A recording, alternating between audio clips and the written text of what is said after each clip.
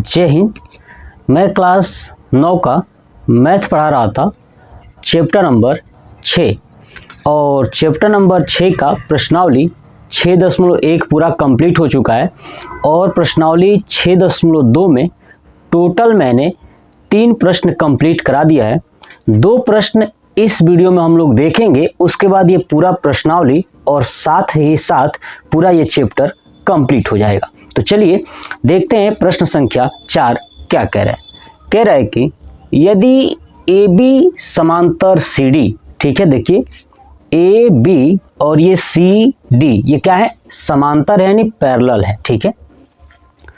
कोण A P Q बराबर 50 degree, A P Q यानी ये वाला है 50 डिग्री और कोण पी आर डी बराबर 127, पी आर डी यानी ये वाला है 127, ठीक है तो x और y ज्ञात कीजिए। देखिए दिया क्या है, लिखूंगा पहले दिया है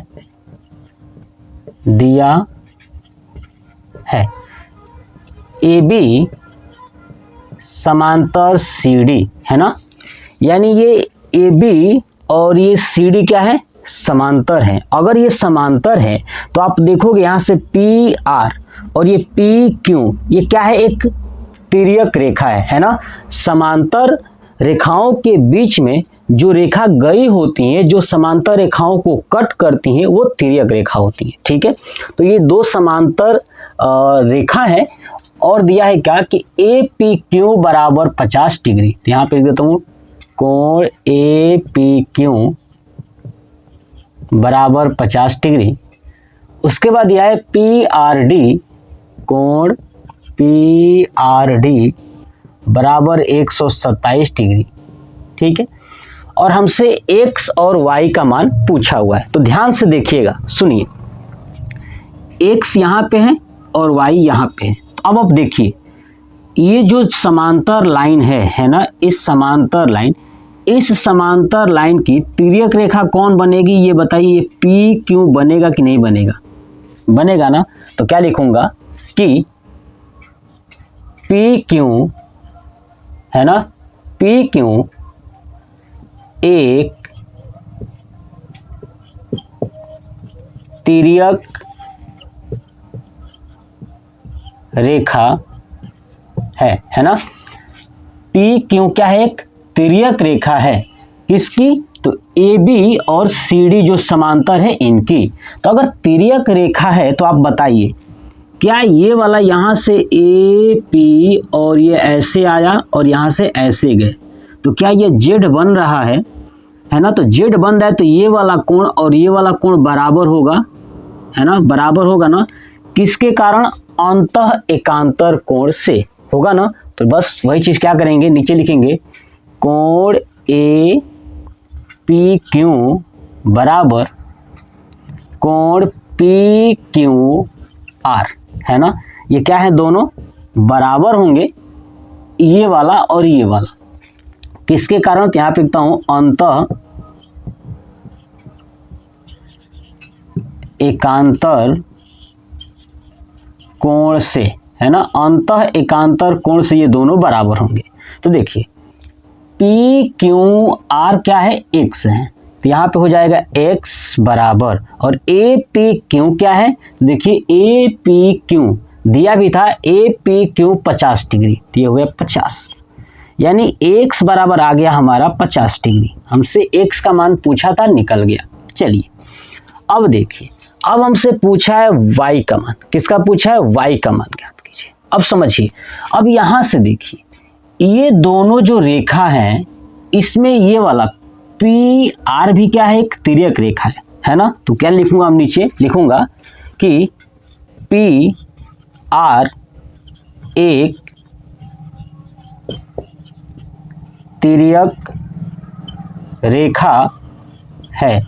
तो तिर्यक रेखा है तो बताइए इसमें भी ये वाला कोण है ना और इधर से ये वाला पूरा कोण है ना, बराबर होगा कि नहीं होगा, है ना, एकांतर कोण से। तो सेम यही चीज है ना। तो क्या लिखूंगा, कोण ए पी और आर है ना, ए पी और आर ये पूरा कोण, ठीक है, बराबर कोण पी आर डी किसके कारण, तो लिख दूंगा अंतः एकांतर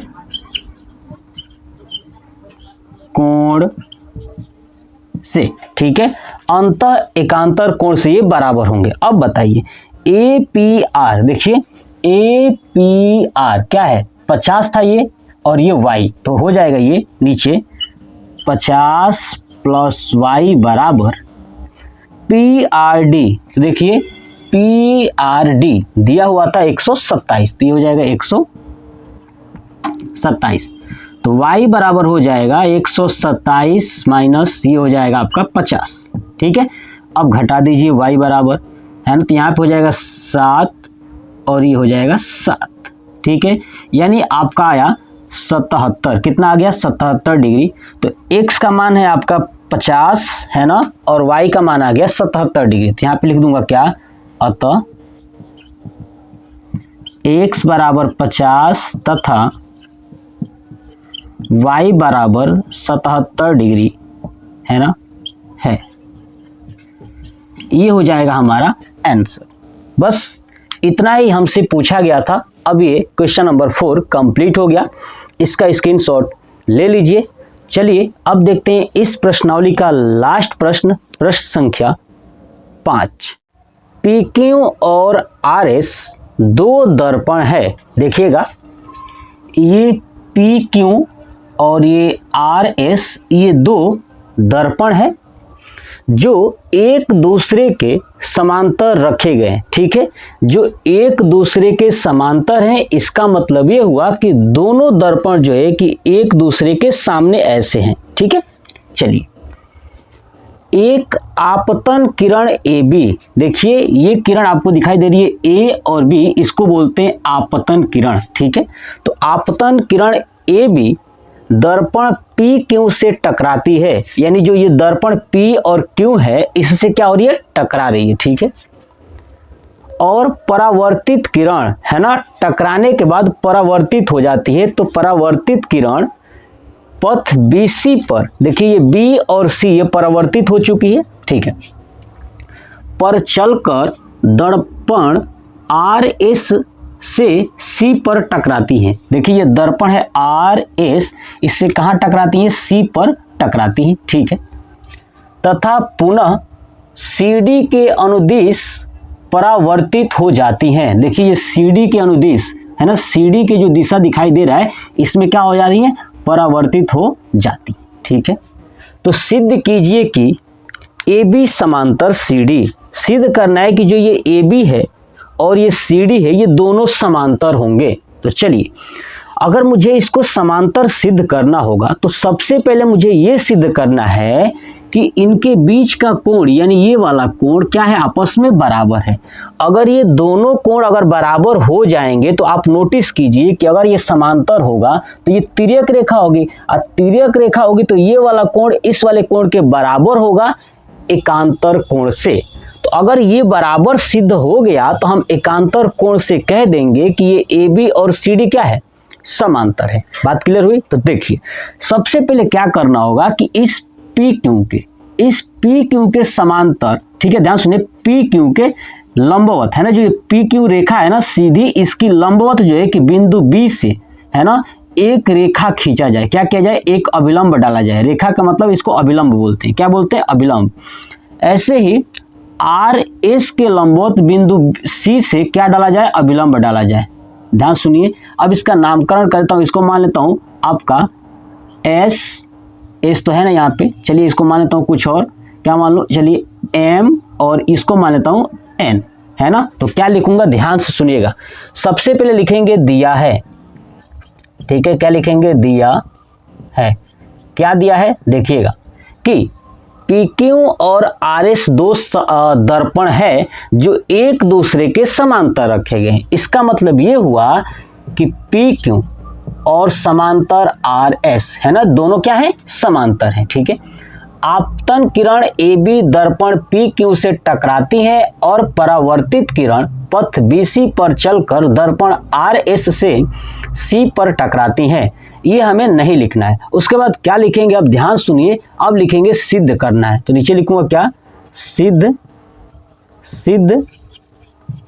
करना है। क्या करना है, तो आपका AB समांतर CD। ठीक है, हमने तो सिद्ध करना है, लेकिन मैंने क्या बोला कि आप रचना कीजिए कि इस PQ के लंबवत जो है कि बिंदु B से BM खींचा जाए, है ना। PQ के लंबवत BM खींचने पर, ऐसे ही RS के लंबवत CN खींचने पर। तो बस यही लिखूंगा। क्या लिखूंगा, यहाँ पे लिखूंगा रचना। अब आप सोच रहे हो सर ये रचना बनाना क्यों जरूरी है, तो आपको आगे समझ में आ जाएगा। देखिएगा रचना क्या लिखूंगा कि PQ तथा RS के लंबवत, है ना, लंबवत BM तथा CN खींचने पर, है ना। यानी ये हो गया हमारा BM परपेंडिकुलर PQ और दूसरा क्या हो गया CN परपेंडिकुलर RS। ये हमने खींच दिया, ये रचना हो गया। अब देखिए जब रचना करेंगे तो यहाँ पे इसको कोण मान लेता हूँ। ये मान लेता हूँ ये कोण 1 है और ये वाला कोण 2 है। ये वाला मान लेता हूँ 3 है और ये वाला 4 है। ठीक है, तो मैंने क्या बोला कि अगर ये वाला पूरा कोण यानी ABC, है ना, और BCD ये अगर बराबर हो जाए, है ना, बराबर हो जाए, तो इसका मतलब कि एकांतर कोण से AB और CD क्या होंगे, समांतर होंगे। ठीक है, तो देखिए अब हम यहाँ पे क्या दिमाग लगाते हैं। अब देखिए हम लोग जो है कि पीछे प्रकाश के परावर्तन के नियम में हमने पढ़ा था कि जब प्रकाश की किरणें आती हैं, ठीक है, जब प्रकाश की किरणें आती है और किसी दर्पण के किसी बिंदु से टकराकर जब परावर्तित होती हैं, तो ध्यान सुनिए, जब परावर्तित होती हैं तो ये बीच वाला अभिलंब होता है। क्या है ये, अभिलंब है। तो जब ये अभिलंब है तो यहाँ पे बनने वाला कोण, है ना, अभिलंब से बनने वाला कोण क्या होता है, बराबर होता है। ये बात समझते हैं ना, ये अभिलंब से बनने वाला कोण यानी ये I है और ये R है, तो I बराबर क्या हो जाएगा, R हो जाएगा। ये बराबर होता है ना। जब प्रकाश किरण आपतित होती है तो टकराने के बाद जब परावर्तित हो जाती है तो अभिलंब से जो बनने वाला कोण होता है ना, वो क्या होते हैं, बराबर होते हैं। ये परावर्तन के नियम में है। किसमें है, परावर्तन के नियम में। तो देखिए ये अभिलंब है तो यहाँ से जा रही है तो 1 और ये 2 आपस में क्या हो जाएंगी, बराबर हो जाएंगी। तो क्या, किसके नियम से, परावर्तन के नियम से। तो क्या करूंगा यहाँ पे कि प्रकाश के परावर्तन नियम से, है ना, नियम से, तो क्या हो जाएगा, कोण 1 बराबर कोण 2 और दूसरा हो जाएगा वहां पे कोण 3 बराबर कोण 4 होगा। ये देखिए 1 बराबर 2 और 3 बराबर 4, ये किससे, प्रकाश के परावर्तन नियम से। ये हमारा हो गया। अब देखिए ध्यान से, ठीक है, अब इसको मान लेता हूं समीकरण 1, इसको मान लेता हूं समीकरण 2। ठीक है, अब चलिए अब एक बात बताइए और ध्यान से देखिएगा और समझिएगा। देखिए हमने ये देखा कि जब ये दोनों कोण बराबर है 1 और 2, ठीक है, और 3 और 4 ये क्या है, आपस में बराबर है। अब आप यहाँ पे दिमाग लगाइए कि ये जो आपने लंबवत खींचा है यहाँ पे, कौन सा, ये BM और ये CN, ये दोनों क्या है, लंबवत है ना। ये जब दोनों लंबवत है तो बताइए यहाँ से कोण 2 और कोण 3 आपस में बराबर होंगे कि नहीं होंगे। देखिए अगर ऐसे लंबवत है ये वाला, ऐसे ऐसे, ये B है और ये M है और ये आपका C है और ये N है, तो ये दोनों जब लंबवत है इसका मतलब दोनों सीधी रेखा है। और सीधी रेखा है तो ये वाला कोण और ये वाला कोण आपस में क्या होंगे, बराबर होंगे। यानी ये 2 और ये 3 क्या होगा, बराबर होगा, है ना। अब किससे होगा, तो ये एकांतर कोण से, है ना। तो एकांतर कोण से। अब देखिए यहाँ पे लिखता हूँ, इसको हटा दूं, चलिए ठीक है। अब देखिए यहाँ पे हटाता हूँ इसको और समझाता हूँ। देखिएगा अब यहाँ पे क्या करूंगा कि कोण 2 बराबर कोण 3, है ना, 2 और 3 क्या होंगे, बराबर होंगे। किससे, तो यहाँ पे लिख देता हूं अंतः एकांतर कोण से, है ना, अंतः एकांतर कोण से क्या होंगे, बराबर होंगे। तो अब देखिए, अगर 2 और 3 आपस में बराबर हैं तो इस समीकरण में देखिए ना, 1 बराबर 2 है और 3 बराबर 4, तो 2 और 3 बराबर हैं। इसका मतलब ये हुआ कि 1 और 4 भी क्या होंगे, बराबर होंगे। तो क्या लिखूंगा नीचे, सुनिएगा, ये हमने देखा कि ये बराबर है, ठीक है, इसको मान लेता हूं समीकरण 3। तो क्या लिखूंगा, समीकरण 1, 2 व 3 से। तो हमने क्या देखा कि जब 2 और 3 आपस में बराबर है, इसका मतलब 1 और 4 भी क्या होगा, बराबर होगा। तो यहाँ पे लिख देता हूं कोण 1 बराबर कोण 4। ये बात समझ में आ गया, है ना, कोण 1 बराबर क्या हो गया, कोण 4। अब देखिए, इसको मैं मान लेता हूं समीकरण 4। क्या मान लिया आप, समीकरण 4। अब मेरी बातों को समझिएगा। अब देखिए यहां से आप कि 1 बराबर 4 हो गया, ठीक है। अब यहाँ पे 3 बराबर 4 और 1 बराबर 2 था। यहाँ पे हमको समझ में आ गया कि 1 बराबर 2 है, ये दोनों आपस में बराबर है, और 3 और 4 भी बराबर है। और हमने देखा कि 2 और 3 क्या हो गए, आपस में बराबर हो गए, तो 1 और 4 भी क्या हो गए, बराबर हो गए। अब देखिए, आप मेरी बातों को ध्यान से समझिएगा। यहाँ पे 1 है और ये 2 है ना, ये 1 है और ये 2 है। तो देखिए, और उसके बाद इधर क्या है, 3 है और ये 4 है। तो देखिएगा, ये समीकरण 4, ठीक है, और ये समीकरण 3। तो क्या करूंगा, समीकरण 3 व 4 को जोड़ने पर, अब क्यों जोड़ेंगे, तो देखिएगा 1 और 2 आएगा ना जोड़ने पे जी, ये पूरा। तो देखिए, इसमें 1 है और इसमें 2 है, तो इसको जोड़ेंगे। ये 3 है और ये 4 है, तो इनको जोड़ेंगे। तो क्या हो जाएगा, कोण 1 प्लस कोण 2 बराबर कोण 3 प्लस कोण 4। अब देखिए, 1 प्लस 2, 1 प्लस 2 क्या है, ABC, यानी कोण ABC बराबर कोण क्या हो गया, BCD, है ना, BCD। अब ये दोनों बराबर हैं किससे, तो यहाँ पे लिख दूंगा, ठीक है, कि अब यहाँ पे नीचे लिखता हूं, देखिए कि यह एकांतर कौन सा है, अंतः, है ना, अंतः एकांतर, यह एकांतर कोण से बराबर है, इसलिए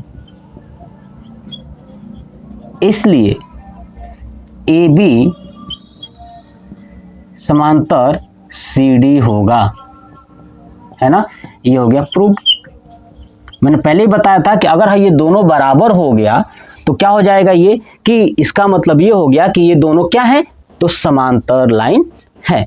बस इतना ही करना था। प्रश्नावली 6.2 पूरा कंप्लीट हो गया 5वां प्रश्न के साथ साथ, ठीक है। तो आप इसका स्क्रीनशॉट ले चुके होंगे। अब आप मुझे कमेंट बॉक्स में कमेंट करके बताइएगा कि ये पूरा वीडियो कैसा लगा। जय हिंद।